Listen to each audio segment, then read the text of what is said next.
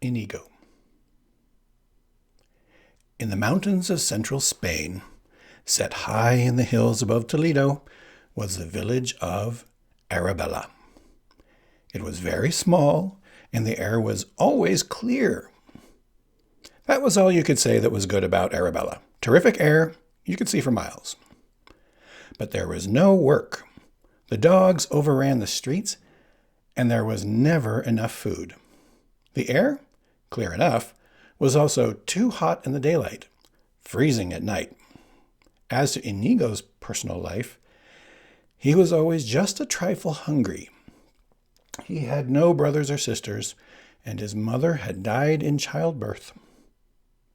He was fantastically happy because of his father.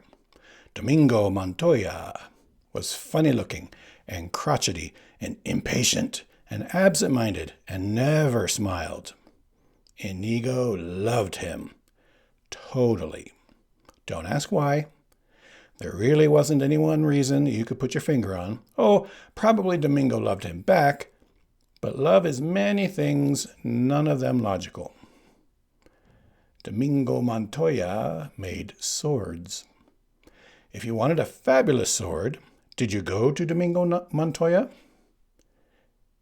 If you wanted a great balanced piece of work, did you go to the mountains behind Toledo? If you wanted a masterpiece, a sword for the ages, was it Arabella that your footsteps led to? Nope. You went to Madrid, because Madrid was where lived the famous Yeste. And if you had the money, and he had the time, you got your weapon. Yeste was fat and jovial and one of the richest and most honored men in the city. And he should have been. He made wonderful swords, and the noblemen bragged to each other when they owned an original Yeste. But sometimes, not often mind you, maybe once a year, maybe less, a request would come in for a weapon that was more than even Yeste could make. When that happened, did Yeste say, "Alas, I am sorry, I cannot do it"? Nope. What he said was, "Of course, I'd be delighted. 50 cents down. Down payment, please. And the rest before delivery. Come back in a year. Thank you very much." The next day, he would set out for the hills behind Toledo. "So, Domingo," Yeste would call out when he reached Inigo's father's hut. "So, Yeste," Domingo Montoya would return from the hut doorway. Then the two men would embrace, and Inigo would come running up, and Yeste would rumple his hair, and then Inigo would make tea while the two men talked. "I need you," Yeste would always begin. Domingo would grunt. "This very week I have accepted a commission to make a sword for a member of the Italian nobility. It is to be jewel-encrusted at the handle, and jewels are to spell out the name of his present mistress, and no." That single word, and that alone. But it was enough. When Domingo Montoya said no, it meant nothing else but. Inigo, busy with the tea, knew what would happen now. Yeste would use his charm. No. Yeste would use his wealth. No. His wit, his wonderful gift for persuasion. No. He would beg, entreat, promise, pledge. No. Insults, threats. No. Finally, genuine tears. No. More tea, Yeste? Perhaps another cup, thank you. Then big, "Why won't you?" Inigo hurried to refill their cups so as never to miss a word. He knew they had been brought up together, had known each other 60 years, had never not loved one another deeply, and it thrilled him when he could hear them arguing. That was the strange thing. Arguing was all they ever did. "Why? My fat friend asks me why. He sits there on his world-class ass and has the nerve to ask me why.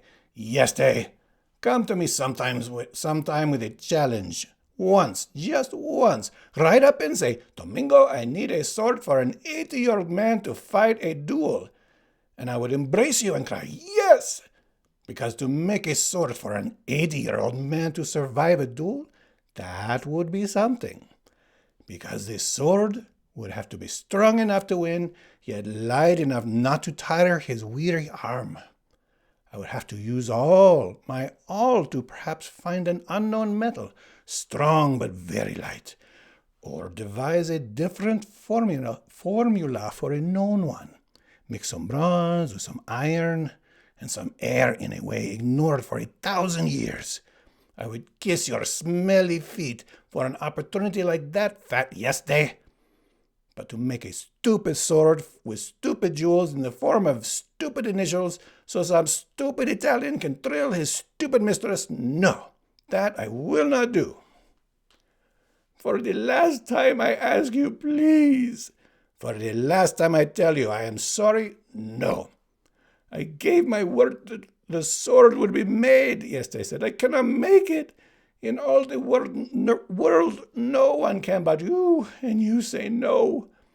Which means I have gone back on a commitment, which means I have lost my honor, which means that since honor is the only thing in the world I care about, and since I cannot live without it, I must die. And since you are my dearest friend, I may as well die now, with you basking in the warmth of your affection. Basking in the warmth of your affection. And here, Yeste would pull out a knife. It was a magnificent thing, a gift from Domingo on Yeste's wedding day. Goodbye, little Inigo, Yeste would say then. God grant you your quota of smiles. It was forbidden for Inigo to interrupt. Goodbye, little Domingo, Yeste would say then. Although I die in your hut, and although it is your own stubborn fault that causes my ceasing, in other words, even though you are killing me, don't think twice about it. I love you as I always have, and God forbid your conscience should give you any trouble. He pulled open his coat, brought the knife closer. The pain is worse than I imagined, Yeste cried. How can it hurt when the point of the weapon is still an inch away from your belly? Domingo asked. I'm anticipating. Don't bother me. Let me die unpestered. He brought the point to his skin. Pushed. Domingo grabbed the knife away. Someday I won't stop you, he said. Inigo, set an extra place for supper. I was all set to kill myself, truly. Enough dramatics. What is on the menu for the evening? The usual gruel. Inigo, go check and see if there's anything by chance in my carriage outside. There was always a feast waiting in the carriage.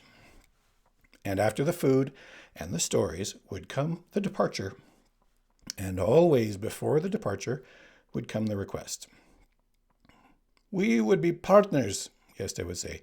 In Madrid, my name before yours on the sign, of course, but equal partners in all things. No. All right, your name before mine. You are the greatest sword maker. You deserve to come first. Have a good trip back. Why won't you? Because, my friend Yeste, you are very famous and very rich, and so you should be, because you make wonderful weapons, but you must also make them for any fool who happens along. I am poor, and no one knows me in all the world except you and Inigo, but I do not have to suffer fools. You are an artist, Yeste said. No, not yet.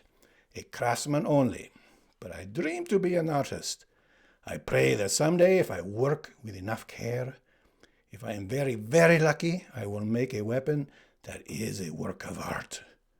Call me an artist then, and I will answer. Yeste entered his carriage. Domingo approached the window, whispered, I remind you only of this. When you get this jeweled initialed sword, claim it as your own. Tell no one of my involvement. Your secret is safe with me. Embraces and waves. The carriage would leave, and that was the way of life before the six-fingered sword. Inigo remembered exactly the moment it began. He was making lunch for them, his father always, from the time he was 6. Let him do the cooking, when a heavy knocking came on the hut door. "Inside there," a voice boomed. "Be quick about it." Inigo's father opened the door. "Your servant," he said. "You are a sword maker," came the booming voice, "of distinction. I have heard that this is true." "If only it were," Domingo replied. "But I have no great skills. Mostly I do repair work. Perhaps if you had a dagger blade that was dulling, I might be able to please you. But anything more is beyond me." Inigo crept up behind his father and peeked out. The booming voice belonged to a powerful man with dark hair and broad shoulders, who sat upon an elegant brown horse. A nobleman clearly, but Inigo could not tell the country. "I desire to have made for me the greatest sword since Excalibur." "I hope your wishes are granted," Domingo said. "And now, if you please, our lunch is almost ready, and I do not give you permission to move. You stay right exactly where you are, or risk my wrath, which, I must tell you in advance, is considerable. My temper is murderous. Now, what were you saying about your lunch?" "I was saying that it will be hours before it is ready. I have nothing to do, and would not dream of budging." "There are rumors," the nobleman said, "that deep in the hills behind Toledo lives a genius, the greatest sword maker in all the world." He visits here sometimes. That must be your mistake. But his name is Yeste, and he lives in Madrid." "I will pay 500 pieces of gold for my desires," said the big-shouldered noble. "That is more money than all the men in all this village will earn in all their lives," said Domingo. "Truly, I would love to accept your offer, but I am not the man you seek." "These rumors lead me to believe that Domingo Montoya would solve my problem." "What is your problem?" "I am a great swordsman, but I cannot find a weapon to match my peculiarities, and therefore I am deprived of reaching my highest skills. If I had a weapon to match my peculiarities, there would be no one in all the world to equal me." "What are these peculiarities you speak of?" The nobleman held up his right hand. Domingo began to grow excited. The man had 6 fingers. "You see," the nobleman began. "Of course," Domingo interrupted. "The balance of the sword is wrong for you because every balance has been conceived of for 5. The grip of every handle cramps you because it has been built for 5. For an ordinary swordman, it would not matter. But a great swordsman, a master, would have eventual discomfort, and the greatest swordsman in the world must always be at ease. The grip of his weapon must be as natural as the blink of his eye, and cause him no more thought." "Clearly you understand the difficulties," the nobleman began again. But Domingo had traveled where others' words could never reach him. Inigo had never seen his father so frenzied. "The measurements, of course, each finger, and the circumference of the wrist, and the distance from the 6th nail to the index pad, so many measurements. And your preferences. Do you prefer to slash or cut? If you slash, do you prefer the right to left movement, or perhaps the parallel? When you cut, do you enjoy an upward thrust? And how much power do you wish to come from the shoulder? How much from the wrist? And how do you wish your point coated so as to enter more easily? Or do you enjoy seeing the opponents wince? So much to be done, so much to be done." And on he went, until the noble dismounted and had to almost take him by the shoulders to quiet him. "You are the man of the rumors." Domingo nodded. "And you will make me the greatest sword since Excalibur." "I I will beat my body into ruins for you. Perhaps I will fail, but no one will try harder. And payment? Oh, and payment. When you get the sword, then payment. Now let me get to work measuring. Sorry. See, I totally said the wrong thing. And payment? Yeah, I was right the first time. When you get the sword, then payment. Now let me get to work measuring. Inigo, my instruments. Inigo scurried into the darkest corner of the hut. I insist on leaving something on account. It is not necessary. I may fail. I insist. All right, 1 gold piece. Leave that, but do not bother me with money when there is work that needs beginning. The noble took out 1 piece of gold. Domingo put it in a drawer and left it without even a glance. Feel your fingers now, he commanded. Rub your hands hard. Shake your fingers.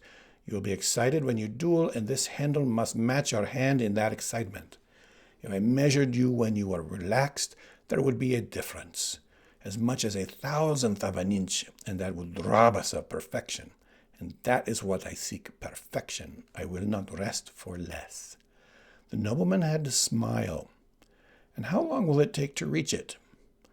Come back in a year, Domingo said. And with that, he set to work. Such a year. Domingo slept only when he dropped from exhaustion. He ate only when Inigo would force him to. He studied, fretted, complained. He never should have taken the job. It was impossible. The next day he would be flying. He never should have taken the job. It was too simple to be worth his labors. Joy to despair, joy to despair. Day to day, hour to hour. Sometimes Inigo would wake to find him weeping. What is it, father? Is it that I cannot do it? It is that I cannot do it. I cannot make this sword. I cannot make my hands obey me. I would kill myself, except that what would you do then? Go to sleep, father? No, I don't need sleep. Failures don't need sleep. Anyway, I slept yesterday. Please, father, a little nap. All right, a few minutes to keep you from nagging. Some nights Inigo would awake to see him dancing. What is it, father? It is that I have found my mistakes, corrected my misjudgments. Then it will be done. Oh, then it will be done soon, father? It will be done tomorrow, and it will be a miracle. You are wonderful, father. I am more than wonderful, more wonderful than wonderful. How dare you insult me? But the next night, more tears. What is it now, father? This sword, I cannot make this sword. But last night, father, you said you had found your mistakes. I was mistaken. Tonight I found new ones, worse ones. I am the most wretched of creatures. Say you wouldn't mind it if I killed myself so I could end this existence. But I would mind, father. I love you, and I would die if you stopped breathing. You don't really love me. You're only seeking pity. Who could pity the greatest sword maker in the history of the world? Thank you, Inigo. You're welcome, father. I love you back, Inigo. Sleep, father. Yes, sleep. A whole year of that. A year of the handle being right, but the balance being wrong. The balance being right, but the cutting edge too dull. Of the cutting edge sharpened, but that threw the balance off again. Of the balance returning, but now the point was fat. Of the point regaining sharpness, only now the entire blade was too short and it had to all go. All had to be thrown out. All had to be done again. Domingo's health began to leave him. He was fevered always now, but he forced his frail shell on, because this had to be the finest since Excalibur. Domingo was battling legend, and it was destroying him. Such a year. One night, Inigo woke to find his father seated, staring, calm. Inigo followed the stare. The 6-fingered sword was done. Even in the hut's darkness, it glistened. At last, Domingo whispered. He could not take his eyes from the glory of the sword. After a lifetime, Inigo, I am an artist. The big-shouldered nobleman did not agree. When he returned to purchase the sword, he merely looked at it a moment. Not worth waiting for, he said. Inigo stood in the corner of the hut, watching, holding his breath. "You're disappointed?" Domingo could scarcely get the words spoken. "I'm not saying it's trash, you understand," the nobleman went on, "but it's certainly not worth 500 pieces of gold. I'll give you 10. It's probably worth that." "Wrong!" Domingo cried. "He's not worth 10. He's not worth even 1. Here!" And he threw open the drawer where the 1 gold piece had lain untouched the year. "The gold is yours, all of it. You have lost nothing." He took back the sword and turned away. "I'll take the sword," the nobleman said. "I didn't say I wouldn't take it. I only said I would pay what it was worth." Domingo whirled back, eyes bright. "You quibbled. You haggled. Art was involved, and you saw only money. Beauty was here for taking, and you saw only your fat purse. You have lost nothing. There is no more reason for you remaining here. Please go." "The sword," the nobleman said. "The sword belongs to my son," Domingo said. "I give it to him now. It is forever his. Goodbye. You are a peasant and a fool, and I want my sword. You are an enemy of art, and I pity your ignorance," Domingo said. They were the last words he ever uttered. The nobleman killed him then, with no warning. A flash of the nobleman's sword, and Domingo's heart was torn to pieces. Inigo screamed. He could not believe it. It had not happened. He screamed again. His father was fine. Soon they would have tea. He could not stop screaming. The village heard. 20 men were at the door. The nobleman pushed his way through them. "That man attacked me. See, he holds a sword. He attacked me, and I defended myself. Now move from my way." It was lies, of course, and everyone knew it. But he was a noble, so what was there to do?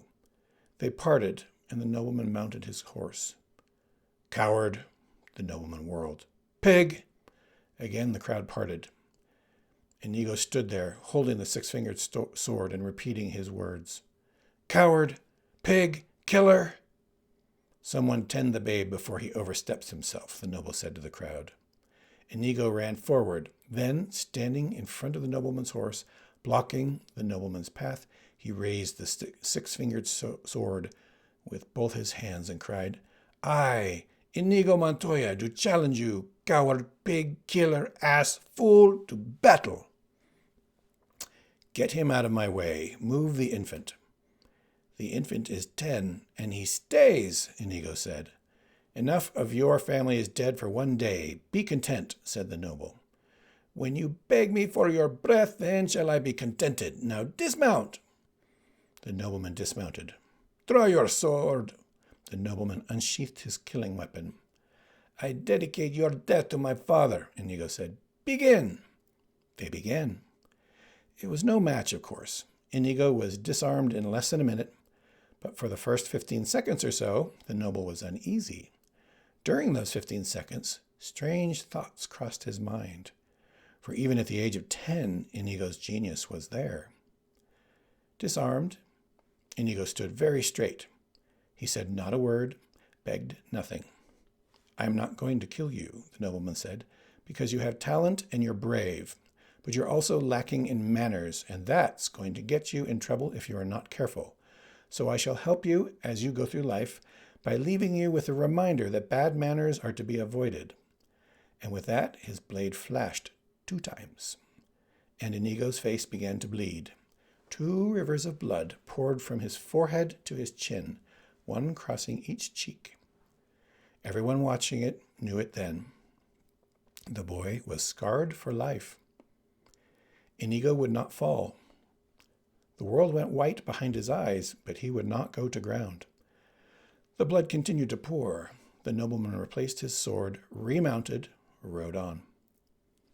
It was only then that Inigo allowed the darkness to claim him. He awoke to Yeste's face. "I was beaten," Inigo whispered. "I failed him." Yeste could only say, "Sleep." Inigo slept. The bleeding stopped after a day, and the pain stopped after a week. They buried Domingo, and for the first and last time, Inigo left Arabella. His face bandaged, he rode in Yeste's carriage to Madrid, where he lived in Yeste's house, obeyed Yeste's commands. After a month, the bandages were removed, but the scars were still deep red. Eventually they softened some, but they always remained the chief features of Inigo's face. The giant parallel scars running one on each side from temple to chin. For 2 years, Yeste cared for him. Then one morning, Inigo was gone. In his place were 3 words: "I must learn," on a note pinned to his pillow. Learn? Learn what? What existed beyond Madrid that the child has to commit to memory? Yeste shrugged and sighed. It was beyond him. There was no understanding children anymore. Everything was changing too fast, and the young were different. Beyond him, beyond him. Life was beyond him. The world was beyond him. You name it, it was beyond him. He was a fat man who made swords. That much he knew. So he made more swords, and he grew fatter, and the years went by. As his figure spread, so did his fame. From all across the world they came, begging him for weapons. So he doubled his prices, because he didn't want to work hard anymore. He was getting old. But when he doubled his prices, when the news spread from duke to prince to king, they only wanted him the more desperately. Now the wait was 2 years for a sword, and the lineup of royalty was unending, and Yeste was growing tired. So he doubled his prices again. And when that didn't stop them, he decided to triple his already doubled and redoubled prices besides that. All work had to be paid for in jewels in advance, and the wait was up to 3 years. But nothing would stop them. They had to have swords by Yeste or nothing. And even though the work on the finest was nowhere what it once was, Domingo, after all, no longer could save him, the silly rich men didn't notice. All they wanted was his weapons, and they fell over each other with jewels for him. Yeste grew very rich and very heavy. Every part of his body sagged. He had the only fat thumbs in Madrid. Dressing took an hour, breakfast the same. Everything went slowly, but he could still make swords, and people still craved them. "I am sorry," he said to the young Spaniard who entered his shop one particular morning. "The wait is up to 4 years, and even I am embarrassed to mention the price. Have your weapon made by another." "I have my weapon," the Spaniard said, and he threw the 6-fingered sword across Yeste's workbench. "Such embraces! Never leave again," Yeste said. "I eat too much when I am lonely." "I cannot stay," Inigo told him. "I'm only here to ask you one question. As you know, I have spent the last 10 years learning.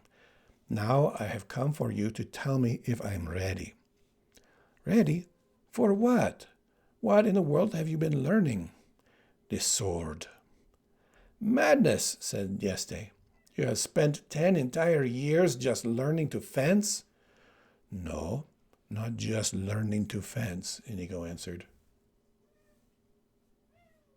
Pause.